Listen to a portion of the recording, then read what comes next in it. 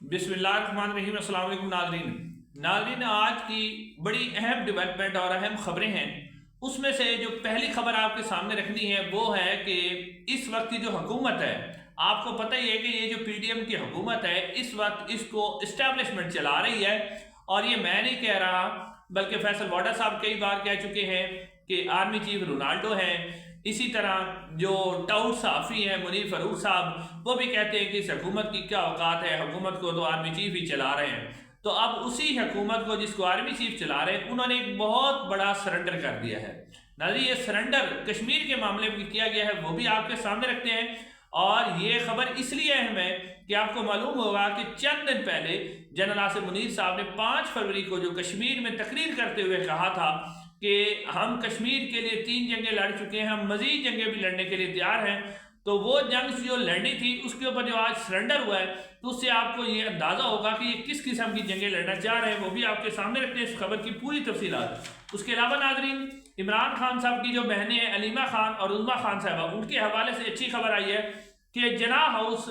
जो हमला केस है, जो कि कोर कमांडर का घर है और जिसको 77 साल से लोगों को नहीं पता था कि क़ायद-ए-आज़म मोहम्मद अली जना का घर था, अब वो हमला हुआ तो पता चला है कि वो जना हाउस है। उस हमले में जो केस था उसके अंदर अलीमा खान और उज़्मा खान साहबा को बरी कर दिया गया है और पुलिस ने ये मौक़िफ़ इख्तियार किया है कि अलीमा खान और उज़्मा खान साहबा जो हैं वो बेकसूर है, उनका कोई कसूर नहीं है। ये भी बहुत बड़ी डेवलपमेंट है। क्या यानी इस डेवलपमेंट के बाद हम ये समझे कि हमारी जो मिलिट्री इस्टेब्लिशमेंट को एहसास हो गया है कि बेगुनाह लोगों को रखने से हमारे खिलाफ नफरत बढ़ रही है। क्या वो इस नफरत को कम करना चाहते हैं या कुछ और है? ये भी बड़ी अहम डेवलपमेंट है कि इस हाल में अलीमा खान और उज़्मा खान साहबा को बरी करना ये बहुत बड़ी डेवलपमेंट है। उसके अलावा नाज़रीन, शेर अब्दुल मरवत साहब के हवाले से और पाकिस्तान तहरीक इंसाफ के हवाले से बहुत बड़ी खबर सामने आई कि शेर अब्दुल मरवत साहब को पार्टी से निकाल दिया गया है और बैरिस्टर साहब को भी उनसे ओहदे से हटा दिया गया है। ये भी बड़ी डेवलपमेंट है, ये भी आपके सामने रखते हैं। नाज़रीन, सबसे पहले आपके सामने ये बात रखते हैं कि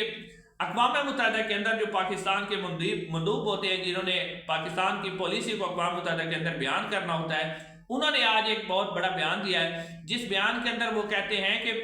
जो आज़ादी के लिए तहरीकें हैं, यानी किसी भी मुल्क के अंदर जो आज़ादी के लिए तहरीक चल रही है, चाहे वो कश्मीर हो, फ़लस्तीन हो या और भी बहुत सी जगह पर, तो उसके ऊपर पहले पाकिस्तान का मौक़िफ़ यह था कि आज़ादी के लिए जो तहरीक होती है दहशतगर्दी में फ़र्क होता है। लेकिन अब पाकिस्तानी जो अक़वाम मुत्तहिदा के अंदर अपना मौक़िफ़ रखा है उसके अंदर वो कहते हैं कि आज़ादी के लिए जो तहरीक चल रही है वो दहशतगर्दी की सबसे बड़ी वजह है, ये वो कह रहे हैं। यानी अब कश्मीर के अंदर भी अगर कोई आज़ादी के लिए कोशिश करेगा तो पाकिस्तान के मुताबिक पहले तो वो तहरीक आज़ादी थी, उसके और दहशतगर्दी में फ़र्क होता था, लेकिन अब पाकिस्तान कह रहा है कि उसकी वजह से दहशतगर्दी होती है। तो आप अंदाज़ा करेंगे फिर वो जो जनरल आसिम मुनीर साहब ने चंद दिन पहले कहा था कि हम कश्मीर के लिए मजीद जंगें भी लड़ेंगे, तो जंग कहाँ से लड़नी है? तो फिर सरेंडर हो गया। यानी कि अब इंडिया का मौक़िफ़ जो था, क्योंकि हिंदुस्तान का यही मौक़िफ़ था कि कश्मीर के अंदर जो अलहदगी यानी आज़ादी के लिए जंग लड़े वो दहशतगर्द है, जबकि पाकिस्तान कहता था कि वो आज़ादी पसंद है। तो अब हिंदुस्तान के मौक़िफ़ को तस्लीम कर लिया गया है और ये कोई आज से नहीं चल रहा। आपने हामिद मीर साहब का प्रोग्राम सुना था जिसमें उन्होंने कहा था कि जनरल बाजवा साहब जो हैं उन्होंने कहा था कि कश्मीर को अब भूल जाएं, कश्मीर का मसला हम हल करते हैं। बल्कि उन्होंने जो नरेंद्र मोदी साहब है उनको पाकिस्तान के लिए विजिट के लिए भी बुला लिया था कि आप आएँ और कश्मीर के मामले को हम यहीं पर ख़त्म कर देते हैं। फिर जनरल बाजवा साहब ने ये भी कहा था कि हमारे जो टैंक हैं उनके अंदर पेट्रोल डीजल नहीं है, हम लड़ नहीं सकते, हमारे अंदर कैपेसिटी नहीं है। तो अब ये सूरत हाल पैदा हुई है और ये शायद इसलिए भी किया जा रहा है कि इसके बदले जो है भारत खुश होगा और भारत के क्योंकि अमेरिका के साथ बहुत अच्छे ताल्लुकात हैं, तो वो फिर यानी अमेरिका से हम कह देंगे कि हम जी कश्मीर के मामले पर पीछे हट रहे हैं, तो आप जो है ना हमारे IMF के मामला भी ठीक करवा दें और इमरान खान के मुतल्लिक भी हमारे ऊपर प्रेशर ना डालें। तो ये भी एक टैक्टिस हो सकती है, क्योंकि आपको पता ही है कि इमरान खान को अंदर रखने के लिए मुल्क की मफाद जाता है भाड़ में तो चला जाए, वो हर चीज़ करने के लिए इस वक्त तैयार है। अब नाज़रीन, जो इसी अगली खबर है वो भी बड़ी अहम खबर है। नाज़रीन, पाकिस्तान तहरीक इंसाफ, आपको पता ही है कि इस वक्त इमरान खान साहब ने फैसला किया है, खास तौर पर जब उन्होंने अली अमीन गंडापुर साहब को KPK की सदारत से हटाया और जुनैद अकबर को बनाया, तो उसके बाद इमरान खान साहब ने यह फैसला कर लिया है कि जो लोग मेरे जो वजन नहीं उठा सकते बयाने का, जब आज ऐसे लोग भी रिपोर्ट हुए थे जो इमरान खान साहब के ट्वीट को भी रीट्वीट नहीं करते थे, تو عمران خان صاحب نے اب یہ فیصلہ کر لیا ہے، کیونکہ عمران خان صاحب کو اس وقت محسوس ہو گیا ہے کہ جو اس وقت کی اسٹیبلشمنٹ ہے اس نے مکمل طور پر عمران خان اور پی ٹی آئی کے لیے تمام رستے بند کر دیے، خاص طور پر 26ویں آئینی ترمیم کرنے کے بعد۔ 26ویں آئینی ترمیم کرنے کے بعد جیسے جائے افریدی صاحب کے آنے کے بعد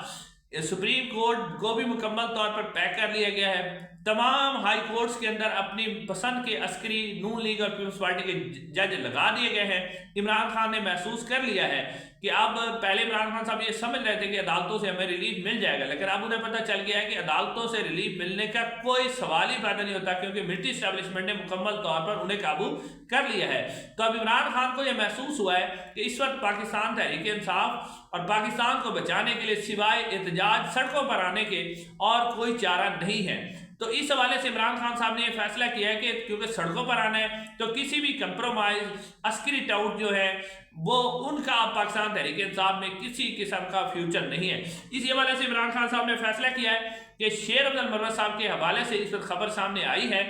کہ شیر عبد المروت صاحب کو بغیر کوئی شو کا نوٹس دیے گئے پارٹی سے نکال دیا گیا ہے۔ یہ خبر سامنے آئی ہے اور پاکستان تحریک انصاف کے جو وکلا ہیں جنہوں نے عمران خان صاحب سے ملاقات کی ہے انہوں نے اس بات کی تصدیق کی ہے کہ شیر عبد المروت صاحب کو عمران خان صاحب نے پارٹی سے نکال دیا ہے۔ ناظرین، شیر عبد المروت صاحب کے حوالے سے پہلے بھی شکوک و شبہات تھے، میجر عادل راجہ اور بہت سے لوگ ان کے بارے میں کہتے بھی رہے ہیں کہ 9 مئی کے بعد جب پاکستان تحریک انصاف کا کوئی شخص نکل ہی نہیں سکتا تھا،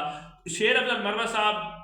نکلتے بھی رہے، نہ ہی ان کی اس طرح کی کوئی کبھی گرفتاری ہوئی، نکلتے بھی رہے، پھر وہ ان کو کوئی روکا بھی نہیں گیا، تو اس وقت بھی شکوک و شبہات کا اظہار کیا جا رہا تھا۔ لیکن اس کے بعد جو انہوں نے بیانات دیے اس کے بعد ان کی پارٹی میں پوزیشن بالکل خراب ہو گئی، اور خاص طور پر جو سلمان اکرم راجہ صاحب کے حوالے سے انہوں نے بیان دیا تھا، کیونکہ سلمان اکرم راجہ صاحب ایک بہت ہی لائق، سمجھدار، آپ کہہ سکتے ہیں کہ بہت بڑے انسان ہیں، ان کو تو اس وقت اسمبلی میں ہونا چاہیے تھا۔ اون چودھری بیچارہ جس کو شاید اپنا ووٹ ہی نہ ملا ہو تو ایک ننگی دھاندلی کر کے انہیں ہروایا گیا تھا، لیکن اب عمران خان صاحب نے یہ محسوس کر لیا ہے کہ ایسے لوگوں کی پارٹی میں کوئی جگہ نہیں۔ اس کے ساتھ ساتھ بیرسٹر صاحب کے حوالے سے بھی یہ خبریں تھی کہ یہ علی امین گنڈا پور صاحب کے گروپ کے ہیں، جو اس کے اندر بیرسٹر گوہر بھی شامل ہے، یہ اس طرح کے گروپ کے بندے ہیں اور یہ ان کے بھی بڑے اسٹیبلشمنٹ سے تعلقات ہیں، تو ان کو بھی جو پارٹی کی ترجمانی تھی اس سے ہٹا دیا گیا ہے، اور شیر عبد المروت صاحب کو شاید یہ بھی اب آ جائے کہ وہ اسمبلی کی نشست سے بھی استعفیٰ دیں، یہ بھی خبر سامنے آ چکی ہے۔